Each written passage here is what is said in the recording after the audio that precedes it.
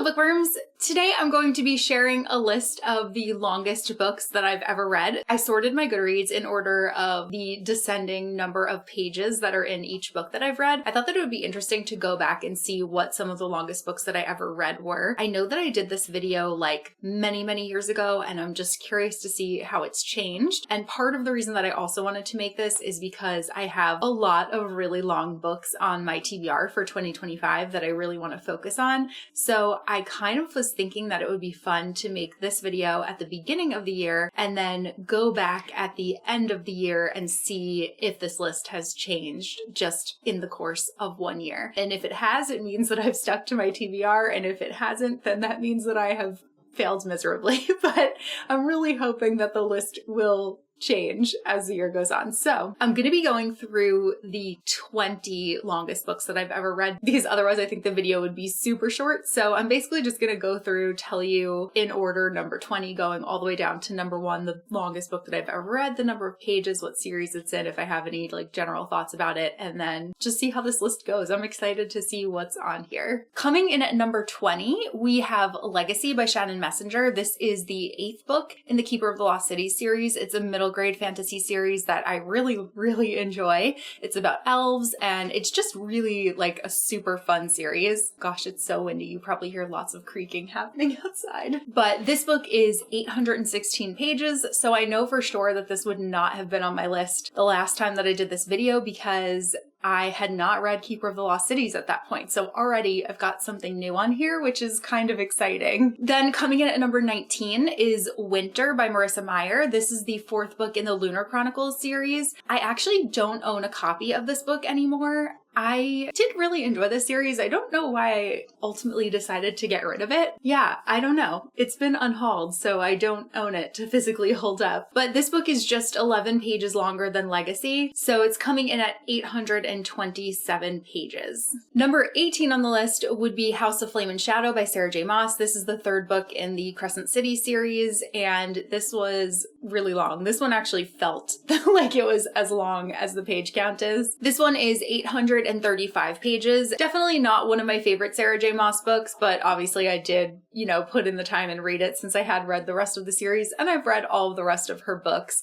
But I am looking forward to hopefully moving on from this world, because I definitely enjoyed Throne of Glass and the world of ACOTAR a lot better. At number 17, we have Assassin's Quest by Robin Hobb. First Robin Hobb book on the list. I would imagine that Live Ship Traders is going to be making this list as well. We'll see as we keep going down, but I love this. This is like an all-time favorite book. It's the 3rd book in the Farseer trilogy. The 2nd book is actually my favorite, but the 3rd book is also just so good. I really enjoyed the way that things wrapped up. So kind of glad to see this on this list. I love finding when there are like favorites in a list that I'm making. This one is just 3 pages longer than House of Flame and Shadow, so this one's 838 pages. At number 16, we have Harry Potter and the Order of the Phoenix, which is obviously the 5th book in the Harry Potter series. This one is 870 pages, so slightly longer than Assassin's Quest, but definitely reads so much quicker. At number 15, it's another book from the Keeper of the Lost Cities series, and this one is Flashback by Shannon Messenger. This is book number 7 in the series, and it is 872 pages. So again, this is one that, while it has a really high page count, it is one that reads extremely quickly. It's a middle grade fantasy, and I really love this series. It's kind of fun that there's 2 books from here on this list. Number 14, longest book I've ever read, is Queen of Air and Darkness by Cassandra Clare. This is the 3rd book in the Dark Artifices series. This one was like a little bit ridiculous. I really loved books 1 and 2 in this series, and then book 3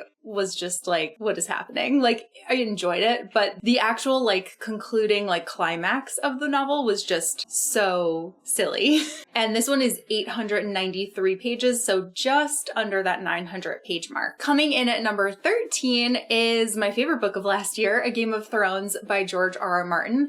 This one is just 3 pages longer, so this is 896 pages. I, as you guys know, just love this one so much. I don't know, I mean, I think that the rest of the books in the series keep getting longer. trying to judge by the spines. I think the second book might be slightly shorter, but the third book is definitely longer than this first book. So ideally that will be on my list by the end of the year, and that will be a fun change, and we'll see what exactly gets knocked out by it. As predicted, at number 12, we have Ship of Magic by Robin Hobb. This is the first book in the Live Ship Trader series. I had a feeling that this series would make the list. All three of these were books that I read in 2024, and I knew that they were very long. They took me a while to read, but they were really, really enjoyable. This one is 897 pages, so actually just one page longer than Game of Thrones. At number 11, we have Ship of Destiny by Robin Hobb. This is actually the third book in the Live Ship Trader series. So once again, thought that this book was going to make the list, but it's funny that the first book is shortest and then the third book is the second longest in the series. So I have a feeling that book 2 will also be on this list, but I just don't know where it will be. Ship of Destiny comes in at 913 pages. Now, starting in on the top 10 longest books that I've ever read, actually, Mad Ship, the second book in the Live Ship Traders, is number 10 on the list. So it's funny that all three of these books showed up in a row on this list of longest books. The Mad Ship is 915 pages, so just 2 pages longer than book 3. Pretty much the same in length. At number 9, we have our second Sarah J. Maas book on the list. So this is Kingdom of Ash, which is the concluding novel to the Throne of Glass series. This one comes in at 980 pages. So just under that 1,000-page mark, but definitely one that I truly loved and truly enjoyed. At number 8, we have The Wise Man's Fear by Patrick Rothfuss. This is the second book in the Kingkiller Chronicle. I loved the first book and I really enjoyed book 2, but not anywhere near as much as I loved the first one. From what I remember, it's been a really long time since I have reread these books, but I've been meaning to do that. I don't think this will be the year because I have so many other really big books on my TBR and we don't have any kind of release date or any news about book 3. So if for some reason like a miracle happens and we get news about book 3, then I will go back and reread these. So I'm ready for that release. But for now, I'm gonna, put that off until we're closer to that mystical future date. And this book is 994 pages. So again, just shy of 1,000. So close, but so far. Coming in at number 7 is The Way of Kings by Brandon Sanderson. I was definitely expecting this entire series to be on this list. So no surprise that this is coming in as we're starting to get toward the top longest books that I've ever read on this list. Stormlight Archive is one of my favorite series ever, so really excited to see this here. And this first book, Way of Kings, is 1,007 pages, so this one is just over the 1,000-page mark and well worth every minute spent reading it. At number 6, we have another Stormlight Archive book, and that is Words of Radiance by Brandon Sanderson. This is actually my favorite book in the Stormlight Archive series. So Stormlight Archive is a favorite series, and then Words of Radiance is a favorite book in a favorite series. So it's like an extra special one. And this one is 1,088 pages. Now, moving into the top 5 longest books that I've ever read, this one is kind of interesting, and I don't really like that it's in this top 5 spot. I feel like this should go to something else, but because I read Lore Olympus season 1 before they started being published into books, I remember like during 2020, there was a good week where I just kind of sat on my laptop and I read Lore Olympus all day, every day, like from beginning to end. There were over 1,000 episodes at that point, and I had not read any of them beforehand. So I just got super invested and I read through the whole thing. The only way to mark it on Goodreads was by saying that I read the entire first season, which I did in, a couple of days. So this is listed at 1,150 pages.